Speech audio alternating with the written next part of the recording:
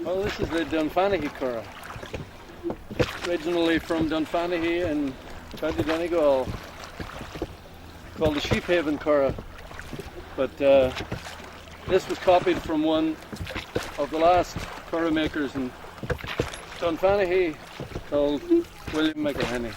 So the man behind me is Edmund Tunney from Minnesota. This is the Minnesota version of the Dunfanaghy Currach. So we built it down in Mickey McCormick's garage in Greencastle this time last year, Edmund, wasn't it? Yeah. So what the hell made you want to buy or build an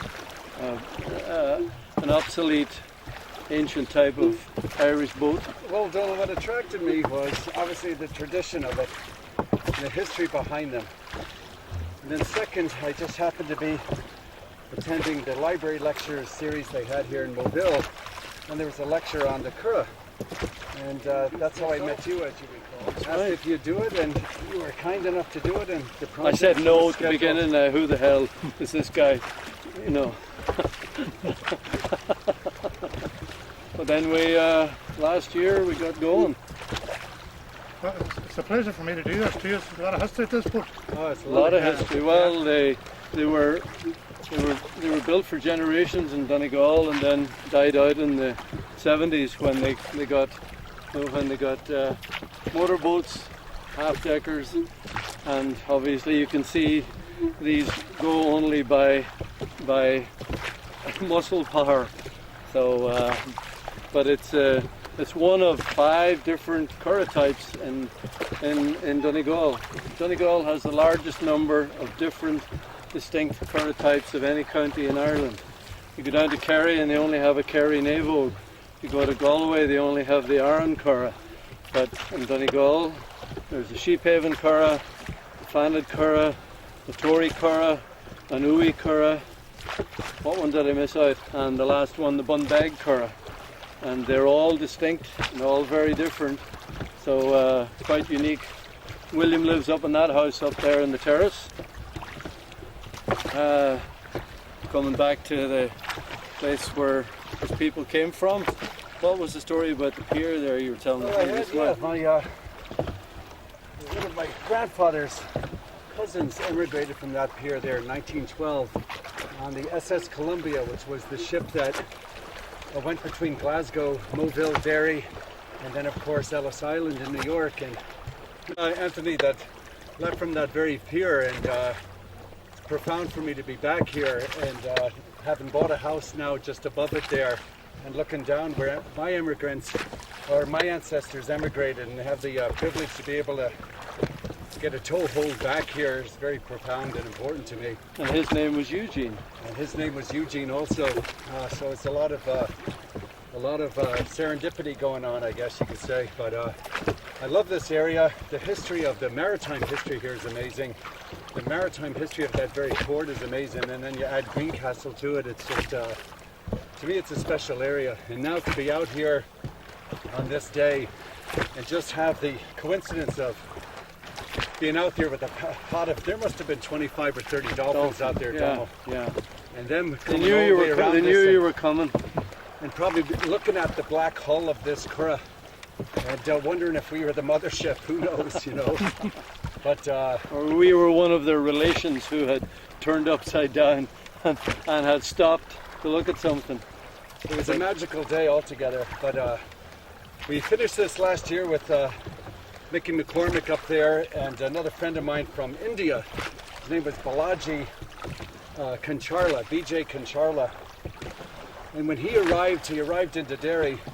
I met him at the airport, and we were in a rush to meet Donald because I was to meet him at this wood that we cut down the hazel rods that you're sitting on there. And when I met my Indian friend there, I said, "Would you help me make a currach?" And he was a bit offended because he thought I said, "Would you help me make a curry?" And so we had a laugh with it. And next thing you know, he was shanghaied into about 12 days. I'd say 10, 11 hours a day working on this currach, because if you take a shot in there, 6 hours a day, really, to allow for coffee breaks and tea breaks and lunch breaks. And sorry, I didn't want to interrupt you there. Just wanted to correct the record. Go on, sorry. Now, Donald, they used to make these over the winter back in the day, didn't they? Yeah, You know, when the fishing season was over, and these would be projects over the winter, no? always built them in the winter time. Yeah, built them when they made the hazel. When they cut the hazel, you see the ribs of this are made from hazel. Just ordinary, rough hazel cut out in Carramina, and bent round, and the natural bend of the hazel. You want to go out around the light? Yeah, we'll go around the light. See if any of the dolphins might be there. You know. Dolphins still out there, no? Look, oh there they are. Here they're coming straight for us. There they are right there. Yeah. Here they're coming. See, they know we're here. Yeah. Oh.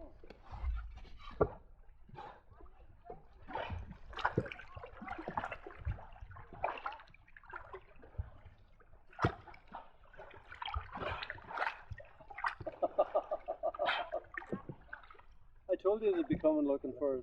They'd be coming looking for us. They'll be up in a minute now again. There we go. Not close enough.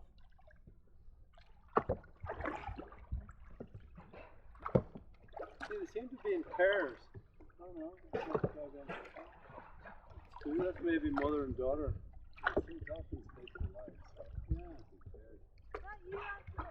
Yeah. Oh, They like the black hole. I know. I think that's it.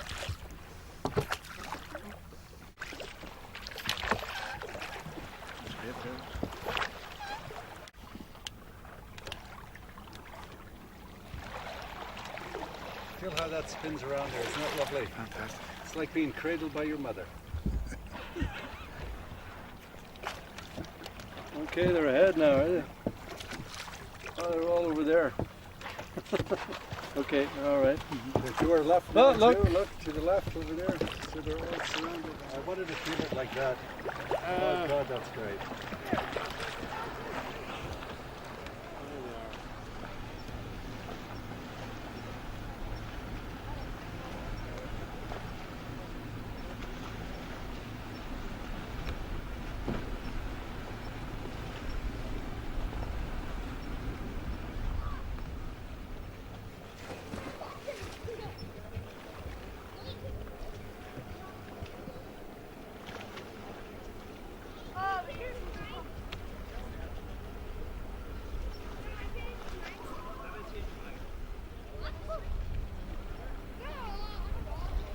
There's a man flying. Trainer playing in the boat now, but she'll keep preaching you.